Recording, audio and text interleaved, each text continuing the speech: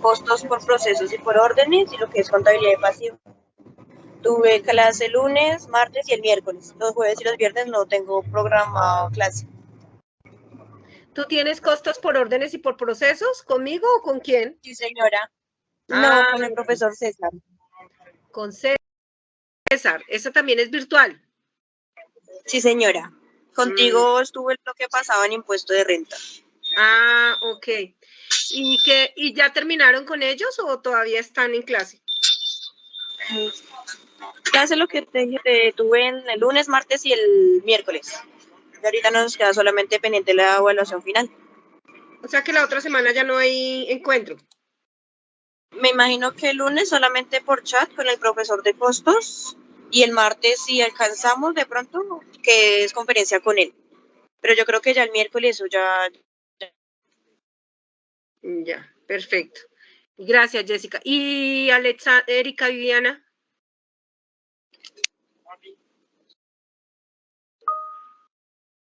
Ah, bueno, ok. ¿Pero tú sí tienes clase? ¿Hoy no tenías clase? Vamos a arreglar aquí. Vamos aquí. Y me preocupa la cantidad de asistentes. ¿Qué me dicen ustedes? ¿Eso es normal en estas fechas? Hoy batimos récord, 3 personas. Bueno, claro está que pues, como es una reposición.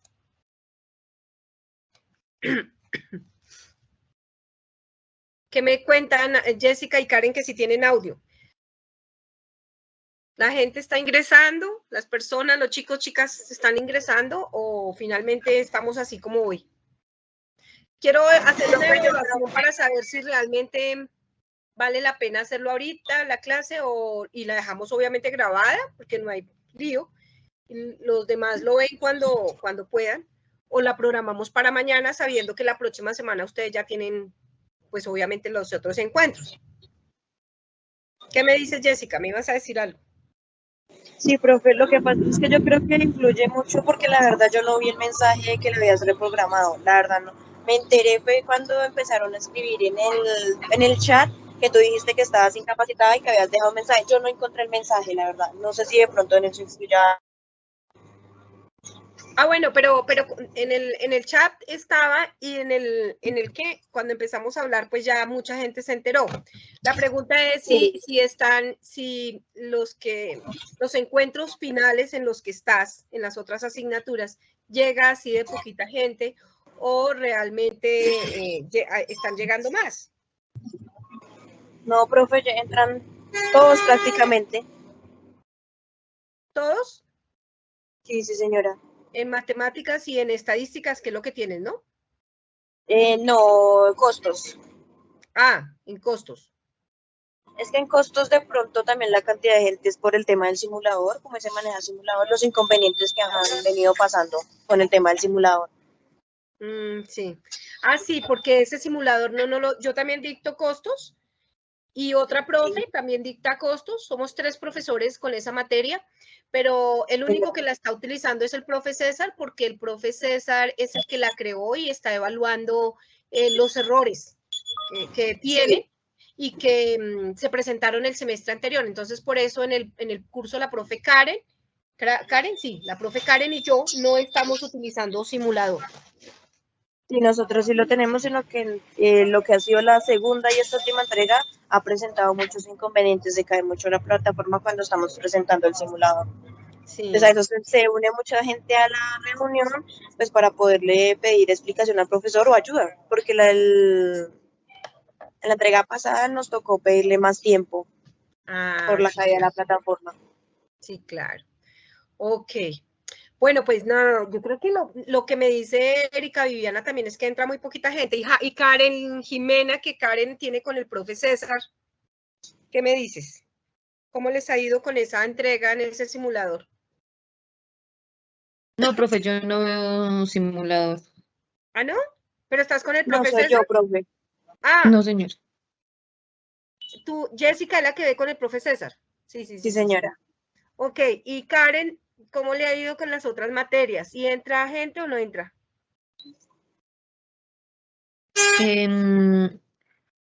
No, pues la verdad, profe, yo esta semana no me he conectado a las dos clases por motivos de viaje, entonces no sé, por mi trabajo no me he podido conectar a las clases y solamente veo las grabaciones. Ok, perfecto. Pues nada, yo creo que lo podemos dejar grabado. Igual no van a ser las 2 horas, pero el tema que vamos a ver hoy, sí son 2 temas, el de encuentro de hoy y el encuentro de la próxima semana, como para que ustedes tienen un examen final, ¿cuándo? Este fin de semana. Ya.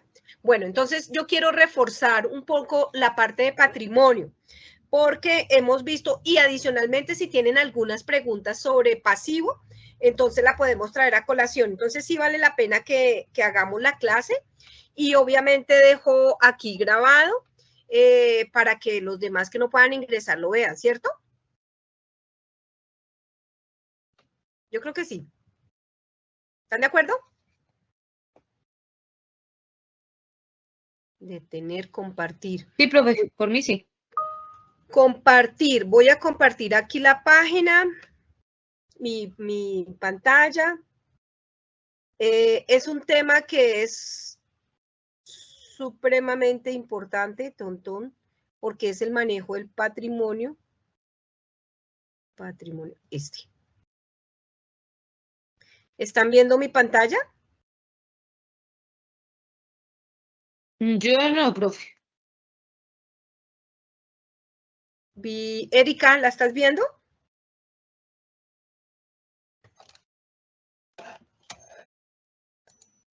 Las otras 2 compañeras que me digan si están viendo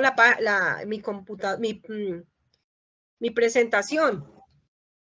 No, señora. ¿No? No, profe, no se ve nada. Listo, esperen un momentico. Compartir. Profe, Ya. la asistencia. Ay, sí, porfa, tienen que, siempre, pantalla, pestaña. Ya, ahora sí, no lo había compartido, con razón no lo estaban viendo. Entonces. Ahora sí. Ahora sí, sí.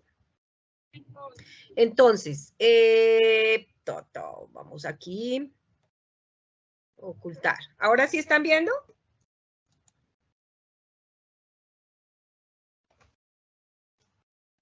Sí, señora. Bueno. Sí, señora. Bien. Bueno, como yo dije anteriormente, el manejo del pasivo y el patrimonio es supremamente relevante. Muchas personas dirían que el pasivo no es tan gustable porque significa aquellas deudas que contrae el ente económico y que finalmente disminuyen el activo y por ende pues no es deseable tener cuentas en el pasivo. Sin embargo, como lo hemos dicho en algunos encuentros, el manejo del pasivo es supremamente relevante en el sentido de que sirve como herramienta de financiación y de sostenimiento en las organizaciones. ¿Sí? Entonces, recuerden que el pasivo es la obligación externa de la empresa y el patrimonio es la obligación interna de la empresa. Entonces, cuando hablamos de patrimonio, al igual que el pasivo, es una obligación con personas internas que son las que crean la organización, y el manejo eficiente del patrimonio también colabora para el sostenimiento, el sostenimiento, la viabilidad y el mantenimiento de la empresa a través del tiempo.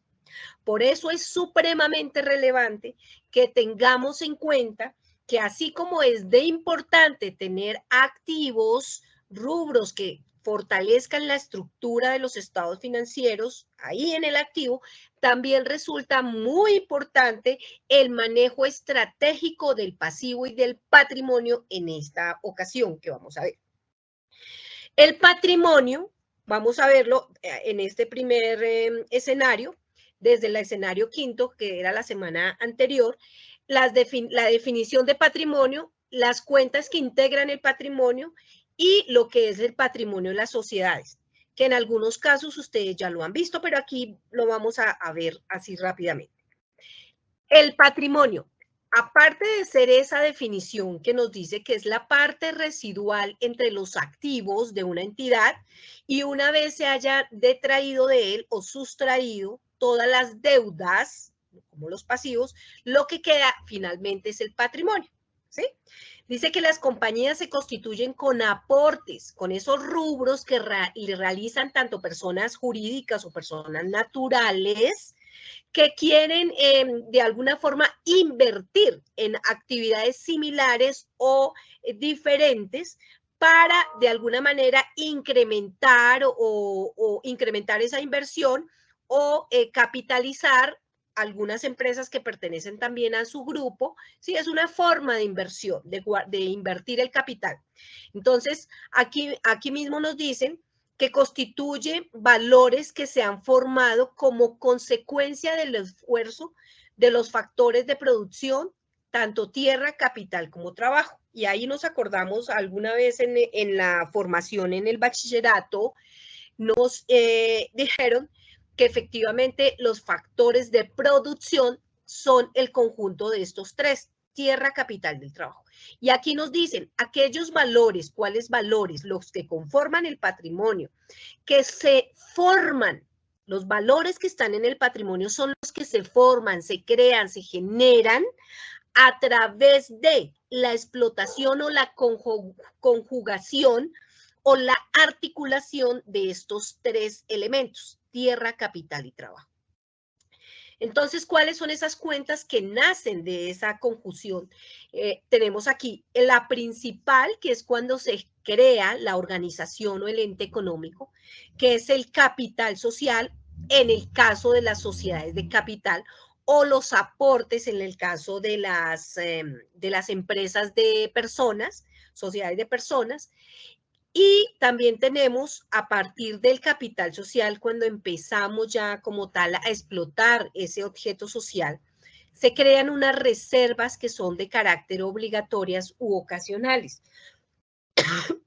Perdónenme porque a pesar de que ya estoy mejor, pues también, como les decía, el hablar mucho a veces me genera de nuevo la resequedad y la tos, pero ya estoy aquí con agüita y yo paso mientras tanto. Bueno. Las ganancias acumuladas, que es eso que genera el enfrentar los ingresos con los costos y gastos. Se espera que se generen utilidades de las cuales a través del tiempo se van guardando, ¿sí? ¿Para qué? Para generar o para capitalizar en algún momento la empresa. Vamos a verlo más adelante con ejercicio. Y pues esas utilidades que no se reparten entre esos inversionistas o socios o aportantes, pues se van quedando ahí acumuladas, se van quedando ahí guardadas con un objeto, digamos que definiendo claramente y anticipadamente cuál es el objetivo por el cual yo voy acumulando las ganancias.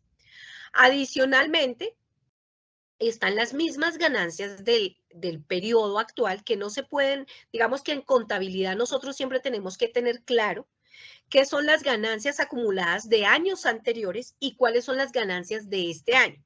Pero a pesar que nosotros tengamos una cuenta que se denomine ganancias acumuladas, esas ganancias acumuladas deben clasificarse año por año. ¿Cuánto es? ¿Cuánto lo correspondiente a cada año? En las pérdidas, obviamente, la misma situación, las pérdidas acumuladas o las pérdidas del ejercicio corriente. Aquí tenemos una representación gráfica, un poco borrosa, de los recursos que pueden configurar el patrimonio, que pueden ser desde el punto de vista de las propiedades, ¿sí? Pero también de los recursos económicos, ¿sí? En las sociedades de capital, el patrimonio está compuesto por una cuenta general que se llama capital, sociedades de capital, capital autorizado, suscrito, pagado, el superávit de capital, el superávit de valorización en las utilidades propias o las utilidades apropiadas, que son las reservas y los dividendos apropiados, así se llaman utilidades apropiadas, dividendos, pero para ser decretados en acciones. Las utilidades acumuladas de periodos anteriores y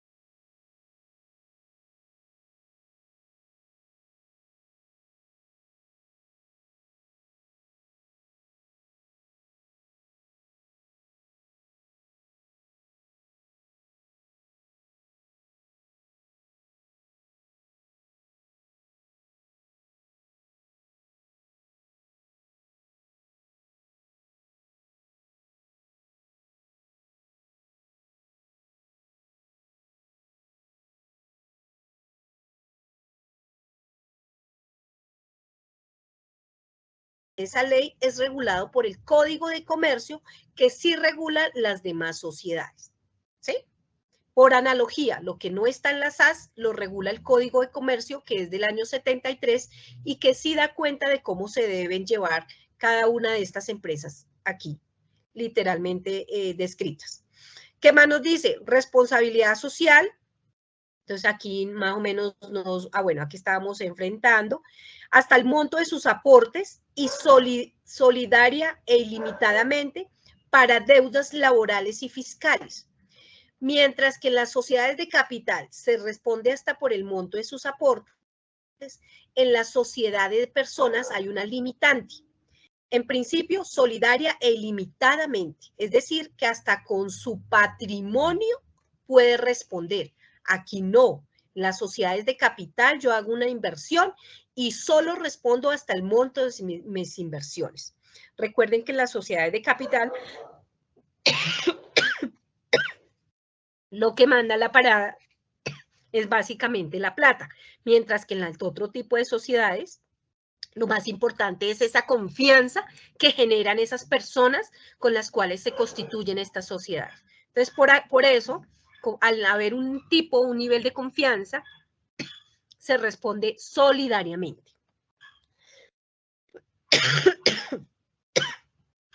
Perdón.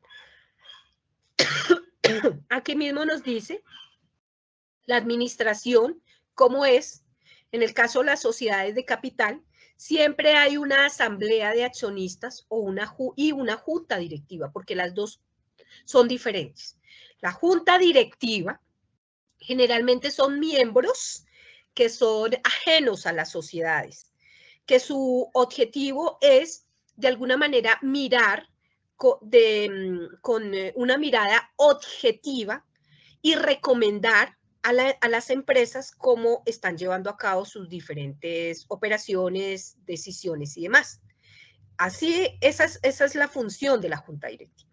Mientras que la asamblea de accionistas es el máximo órgano de una sociedad, pero como su nombre lo indica, lo integran los accionistas, ¿sí? Mientras que la junta directiva son personas ajenas a la sociedad. Los dos órganos funcionan en las organizaciones de capital. En las sociedades de personas, si se fijan acá, tenemos directa la colectiva, la administración es directa por los socios, o los asociados, socios gestores, que se denominan así en las sociedades de personas. Aquí nos dicen la composición del capital, del patrimonio. Acciones, acciones y acciones. ¿Sí se fijan? Acciones es la palabra común en las sociedades de capital, mientras que aportes es la palabra común en las sociedades de personas. Recuerden que la sociedad limitada es un híbrido entre la sociedad de capital y la sociedad de personas. Aquí también, al igual que las otras dos, se llama aportes sociales, aportes sociales. Las causales de disolución están contempladas aquí, también difieren de las sociedades de capital y las sociedades de personas. Aquí también tenemos una comparación entre las decisiones que se pueden tomar y en qué tipo de sociedad. Se puede constituir con uno o varios socios, la sociedad anónima simplificada. Se requiere un mínimo de 2 socios y un máximo de 25 en la sociedad de responsabilidad limitada. La responsabilidad de todos los socios es ilimitada en la sociedad en comandita por acciones. Invierte los recursos tanto en entes públicos como en entes privados, la sociedad de economía mixta. Su capital está representado en acciones, la sociedad de capital. Se requiere de 2 calidades de socios industriales y capitalistas, la sociedad colectiva. Entonces, eso es de manera general lo que es las sociedades. Bueno, aquí entonces empezamos a ver cuáles son esa cuenta de capital social, que es la cuenta principal en las sociedades de capital. Y es que encontramos estas cuentas. Capital autorizado, capital por suscribir, capital suscrito por cobrar y capital suscrito y pagado. Esas son, siempre que ustedes encuentren esto, esta composición es porque es una sociedad de capital. ¿Listo? Las sociedades de personas no tienen esto. Solamente hay una cuenta que no se llama capital social, sino aportes.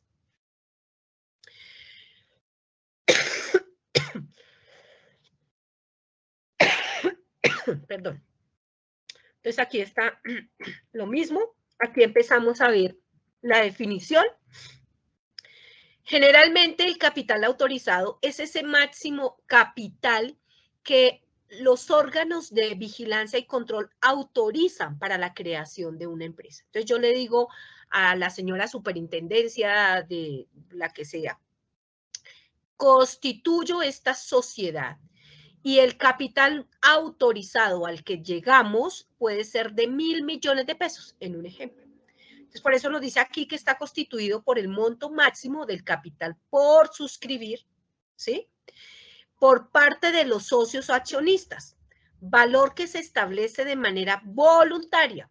Los socios accionistas, en el momento en que crean la sociedad, son los que deciden voluntariamente cuál es ese monto máximo de capital autorizado con el cual se constituye la sociedad. ¿Listo?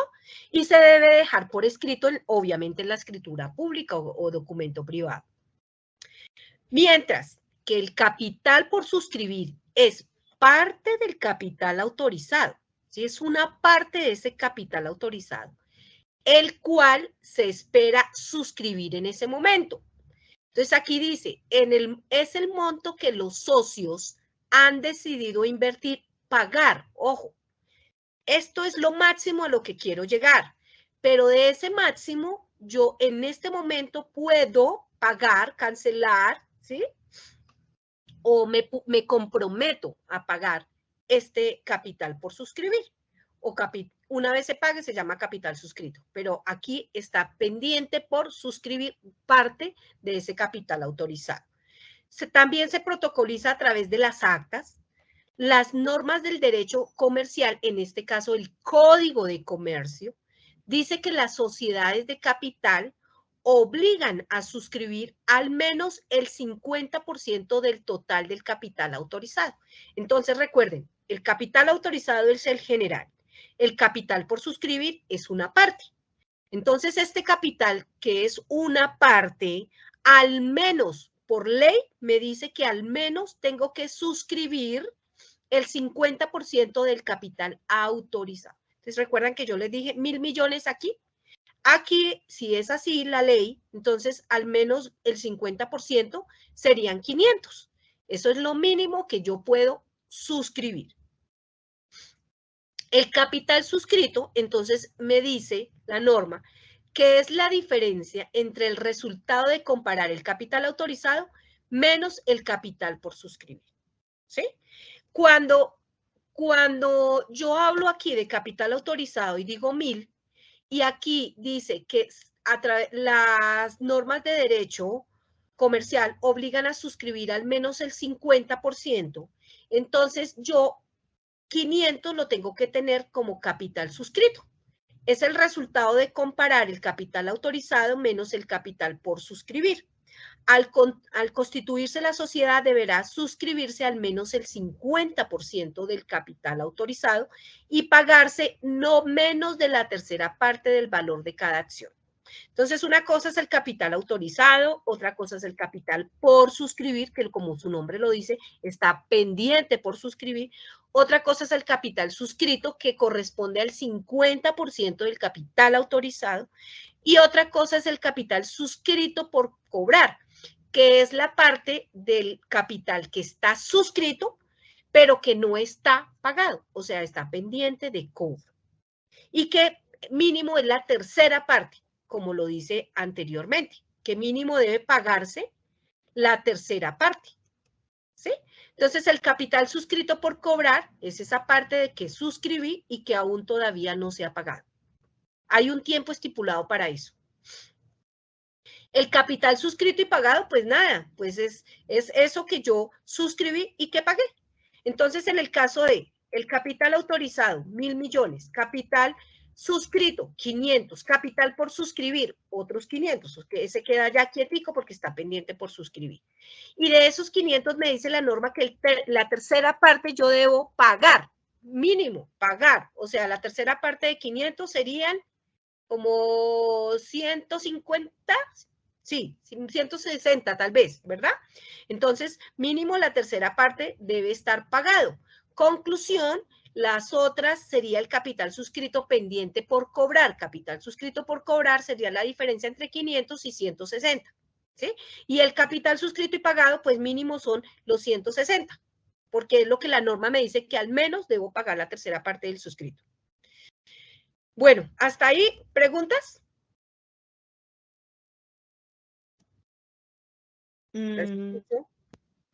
Yo no. Bueno, perfecto. ¿Quién más está por ahí que no las escucho? No las veo. Aquí estoy tratando de ubicarlas.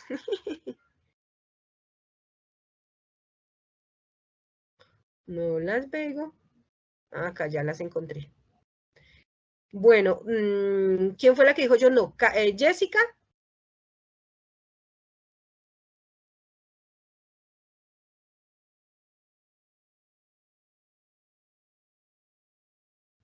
Entonces, Karen. No, yo, Karen. Ah, Karen. Entonces, Jessica, ¿qué me dice? Y Erika Viviana, que me escribe por el chat, ¿qué nos dice?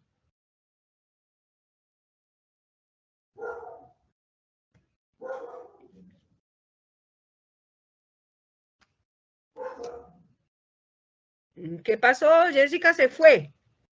Bueno. ¿No tienes preguntas? No, señora. Bueno, listo. Entonces, ahí seguimos con, efectivamente, ahora vamos con la segunda parte de esta presentación de las otras cuentas. Las primeras eran la composición del capital de las sociedades de capital. Ya ahí en adelante, entonces miramos a cuentas que efectivamente surgen, como lo habíamos visto en la definición, surgen a partir de ¿qué? De la reunión del trabajo mancomunado de tierra, capital y tierra, capital y ¿qué? ¿Se acuerdan? Tierra, capital y trabajo. Esas surgen a partir de la explotación del objeto social de la compañía. Como es el caso del superávit de capital, ese superávit de capital tiene una cuenta que se llama prima en colocación de acciones, reservas, acciones o aportes propios readquiridos, utilidades acumuladas y superávit de valorización. Entonces vamos a mirar qué es. El superávit de capital, como su nombre lo indica, hace parte de ese capital, de esa explotación del capital. Y por eso nos dice aquí que es el aumento del patrimonio debido a diversas razones financieras, económicas o de mercado, que propiamente no hacen parte del objeto social del ente económico, ¿Por qué? Porque el objeto social puede ser la explotación ¿de qué? Una fábrica de cueros, ¿sí? Entonces, el objeto social de la compañía es hacer todo lo que se puede hacer con el cuero. Entonces, aquí me dice que el superávit de capital es el que surge a raíz del reconocimiento de ese mayor valor de las acciones en las que se compone la sociedad, ¿sí? No está propiamente configurada con la explotación del objeto social. ¿Sí? Entonces, por eso me dice acá el aumento del patrimonio, o sea, es su superávit de capital, debido a diversas razones, o sea, son muchas, económicas de mercado, que propiamente no hacen parte, son indirectamente, claro, pero también son otras cosas, otras razones las que hacen que salga este superávit, ¿sí? Compuesto por una prima en colocación de acciones o de aportes. ¿Qué es una prima en colocación de acciones o de aportes? Entonces, como su nombre lo indica, es ese mayor valor que se genera por la compra de acciones de una compañía. Cuando yo constituyo una sociedad de capital, yo le doy valor a las acciones, pero con el tiempo, pues esas acciones ya no valen lo mismo. No es lo mismo crear una empresa el 1 de enero del 2023 y que hay un grupo de accionistas, socios o partícipes que crearon la sociedad, a uno que entra el 31 de diciembre del 2023. Son dos cosas diferentes. Porque es que el que llega el 31 de diciembre, pues ya se encuentra con que la empresa ha trabajado, con que ya la empresa no, al día 1 que valía 0, pues ya el día 31 de diciembre ya no vale 0, ya vale más. Por ende, el que quiera llegar a ser parte de la nueva sociedad tiene que pagar lo que se denomina una prima por esa colocación de acciones. Entonces, esta prima es en beneficio más de los socios antiguos que de los nuevos socios, porque los nuevos socios son los que tienen que pagar la prima. ¿Sí? Entonces, miren lo que me dice acá. Representa el mayor valor cancelado por el inversionista en las acciones o aportes adquiridos frente a su valor nominal. El valor nominal de las acciones puede ser 1, y cuando yo voy a vendérsela a otro accionista que llega tiempo después, pues yo le cobro el valor nominal, claro, porque ese es lo que constituye la sociedad. Pero adicional le cobro como una rentabilidad, pero se llama prima en colocación de acciones. Dice aquí, la diferencia debe contabilizarse por separado en el patrimonio social sin utilizar para compensar cargos, o no se puede utilizar para otras cosas que no sea lo que la ley dice que se debe utilizar la prima en colocación de acciones. ¿Listo? ¿Qué más nos dicen? Las reservas. Ahorita lo miramos con un ejemplo ahí más detallado. Adicionalmente les voy a dejar en anuncios el link o un documento más bien. Les voy a dejar un documento en la superintendencia para que miren un poquito más sobre la prima en colocación de acciones y cómo se debe contabilizar.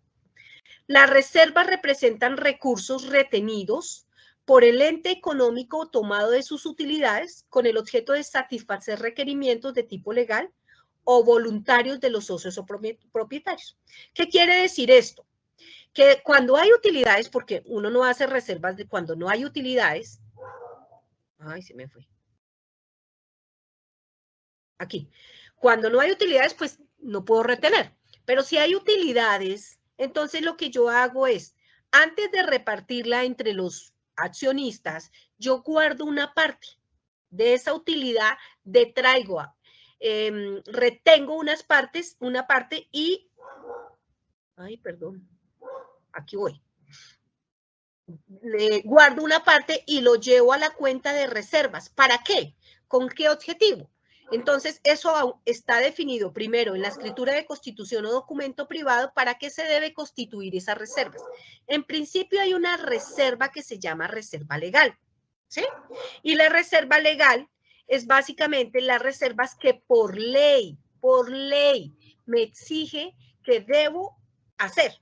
En este caso, las reservas obligatorias son creadas por mandato expreso de la ley o del máximo órgano social, que ya sabemos que es la Asamblea de Accionistas, ¿sí? La reserva legal consiste en apropiar como mínimo un 10% del total de las utilidades líquidas, ¿sí? Hasta completar el 50% del capital suscrito. ¿Para qué? ¿Cuál es el objetivo? La ley o el Estado lo que ha hecho a través del tiempo es tratar de que cuando una empresa se cree, se fortalezca y se mantenga con el tiempo. Por ende, le recomienda y de alguna manera a las sociedades de capital las obliga a al menos guardar el 10% de esas utilidades. ¿Para qué? Para que, primero, cumpla este requisito que es por ley, que al menos eso que va a guardar llegue a ser el 50% del total del capital que está efectivamente suscrito, ¿sí? Con el objetivo de que ya el patrimonio, el 1 de enero, si valía 0 el 31 de diciembre, al haber utilidades, pues ya no sea 0, sino sea de eso que se creó hasta 31 de diciembre, más las utilidades que van a quedar retenidas porque por ley se van guardando hasta el 50%. Entonces, eso es una forma de capitalizar. Es como cuando nosotros de nuestro salario mensualmente guardamos el 10% y no lo podemos tocar hasta que llegue a un límite. ¿Sí? Acciones, señora. Al llegar a ese 50%, lo que se hace es repartir entre los socios, ¿o qué se hace? Sí, así, realmente el objetivo es que los socios o accionistas efectivamente vean como sus utilidades, porque pues uno no invierte para no ver los rendimientos. Lo que pasa es que hay inversionistas de inversionistas y más cuando es una empresa que hasta ahora se está constituyendo. Lo ideal cuando una empresa se está constituyendo es que no se repartan utilidades. ¿Por qué? Porque como lo vamos a ver más adelante, las utilidades son las que ayudan al fortalecimiento de las organizaciones. Entonces, una vez esté efectivamente capitalizada o, digamos, robusta la organización, ahí sí se pueden empezar a repartir utilidades. Mientras tanto, se recomienda que no se haga, ¿sí? Que no se haga esa repartición de utilidades. ¿Sí? ¿Aclaré tu pregunta o te generé más?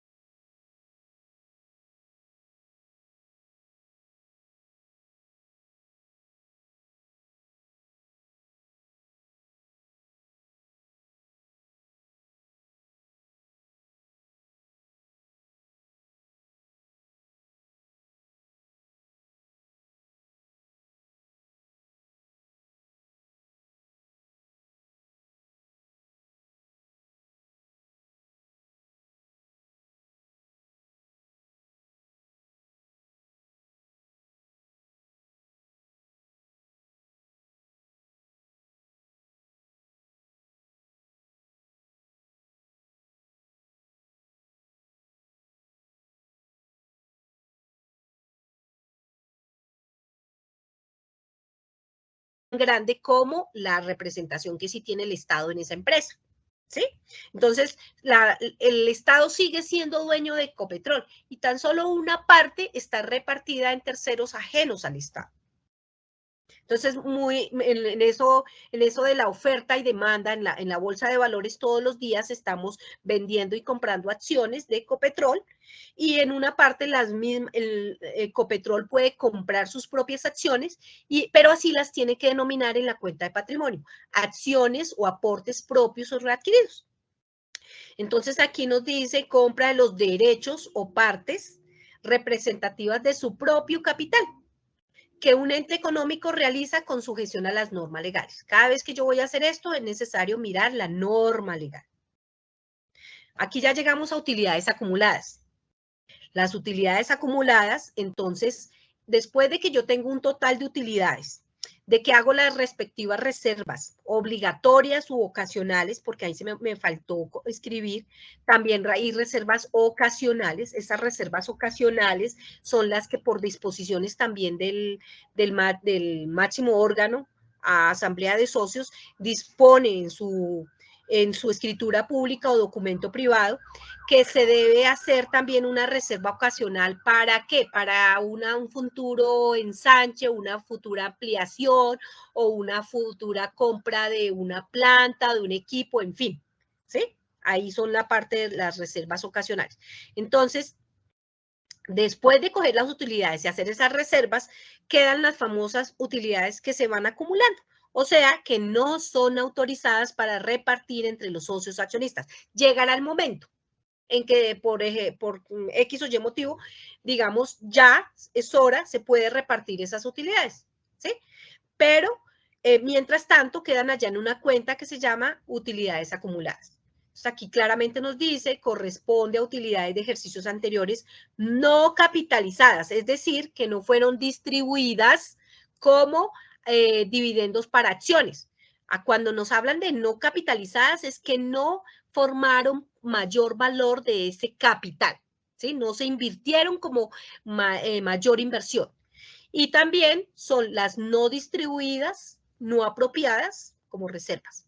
Dichos montos dan estabilidad económica a la empresa, ¿ven? Y esta disposición, están a disposición del máximo órgano social. Es él la única persona que puede autorizar para ser capitalizadas, apropiadas o distribuidas cuando las condiciones financieras así lo permitan.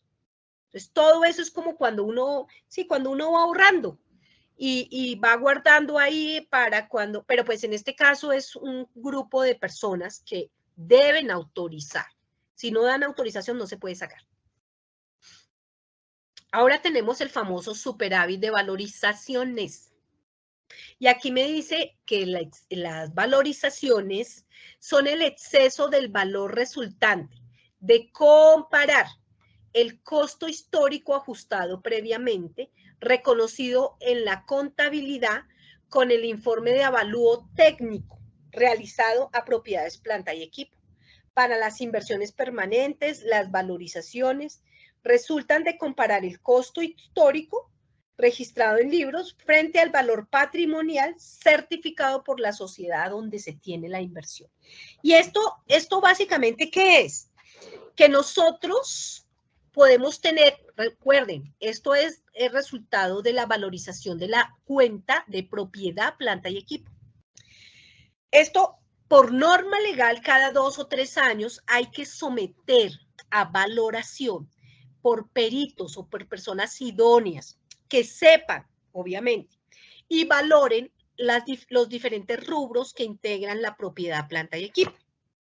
Yo puedo conocer mucho de maquinaria, pero no de vehículos. Puedo conocer de vehículos, pero no de edificios, de construcciones, de terrenos. Entonces, por eso los avalúos se denominan técnicos, porque lo hacen personas que están capacitadas para ello.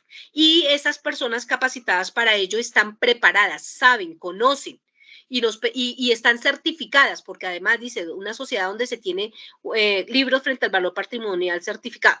Es una certificación del avalúo, una entidad, una empresa, una persona certificada que nos puede dar efectivamente el valor de lo que cuesta un terreno, porque yo lo puedo comprar a un valor, registrarlo por ese valor de acuerdo a la escritura en la contabilidad.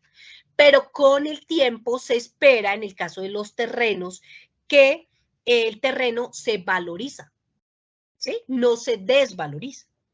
Entonces, se necesita que en algunos casos, algunos terrenos, el valor se genera, o ese mayor valor se genera más rápidamente en algunos sectores que en otros, ¿sí?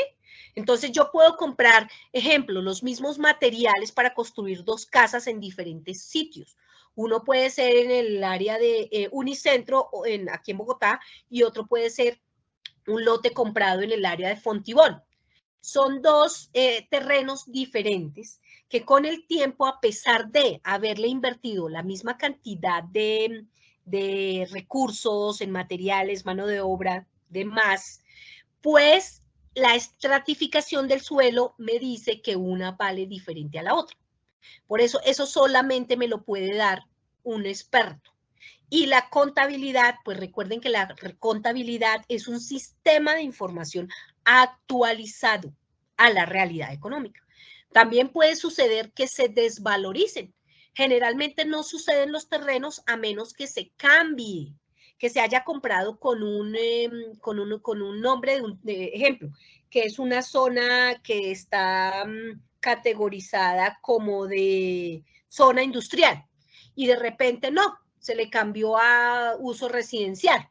Entonces ese cambio, es una hipótesis, resulta en una desvalorización del terreno. Entonces, digamos que eso puede ser el ejemplo real. En la práctica, lo que se espera es que los terrenos sean donde sean, se valoricen con el tiempo, no que se desvaloricen y menos por el cambio del uso del suelo. ¿Listo? Asimismo sucede con lo demás, un carro, recuerden que un carro desde que se saca del concesionario se empieza a desvalorizar. La parte de tecnología que todos los días se va desvalorizando.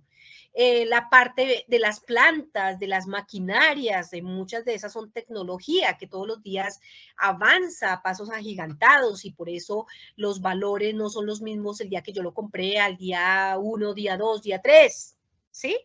Entonces, ahí en el patrimonio tenemos que ver reflejado efectivamente esa valorización de lo que es la propiedad, planta y equipo. Finalmente, tenemos unas medidas de control interno que debemos gestionar, al igual que como en activo, en pasivo. Tenemos que tener unas medidas de control adecuadas para garantizar, recuerden que los socios, inversionistas, aportantes, partícipes, en fin, lo que desean es un mantenimiento de su empresa en el tiempo. Entonces, todas las medidas deben ir encaminadas a eso. Por eso aquí nos dicen que las medidas más usuales para garantizar un adecuado control interno a las cuentas del patrimonio son las que nos ayudan al fortalecimiento específicamente o el fortalecimiento del patrimonio y de la organización. Entonces, para garantizar los recursos de propiedad de los socios accionistas o propietarios, se mantengan salvaguardados sin que el tiempo deteriore su valor original. Es necesario que el ente económico establezca políticas, métodos y procedimientos, procurando que sea la contabilidad la herramienta por excelencia para mantener identificados. Todo lo que hace parte del patrimonio debe estar claramente identificado, valuado y revelado en los estados financieros y sus notas los conceptos que conforman el capital, el patrimonio.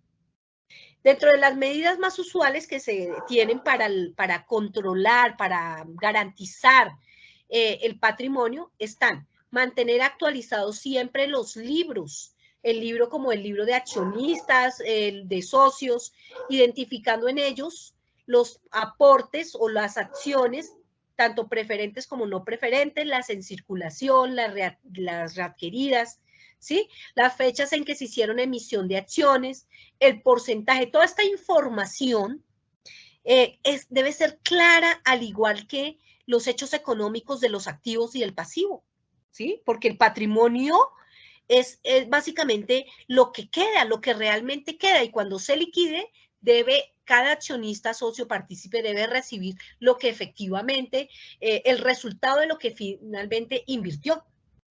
Pero para eso hay que tener muy bien controlado esa parte.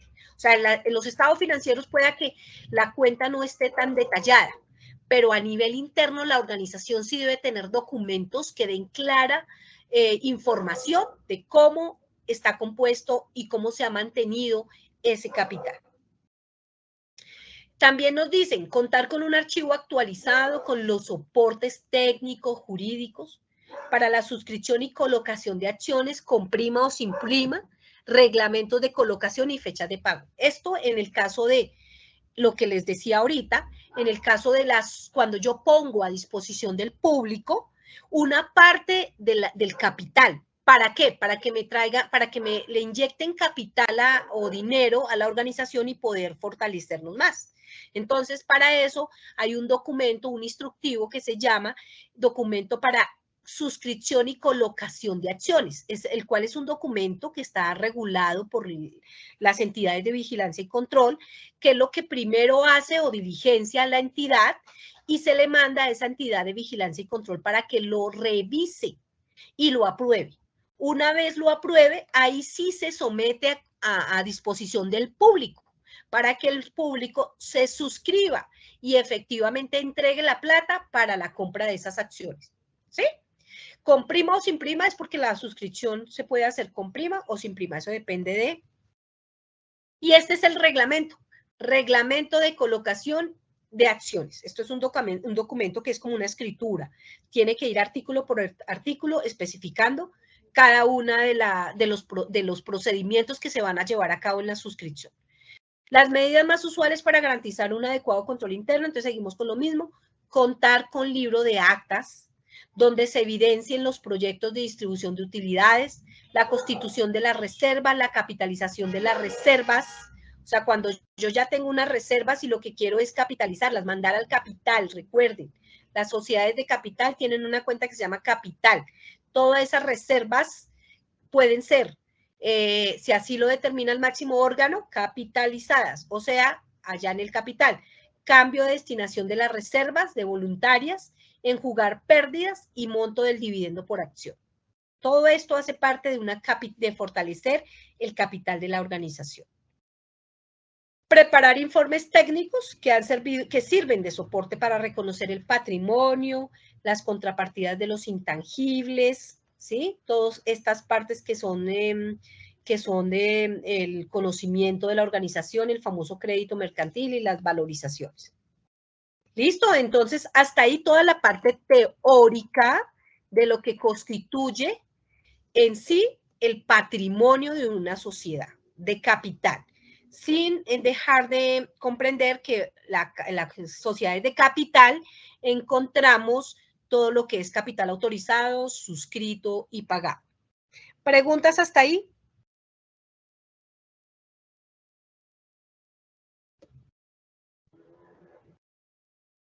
No, profe, no tengo preguntas. ¿No? ¿Ninguna?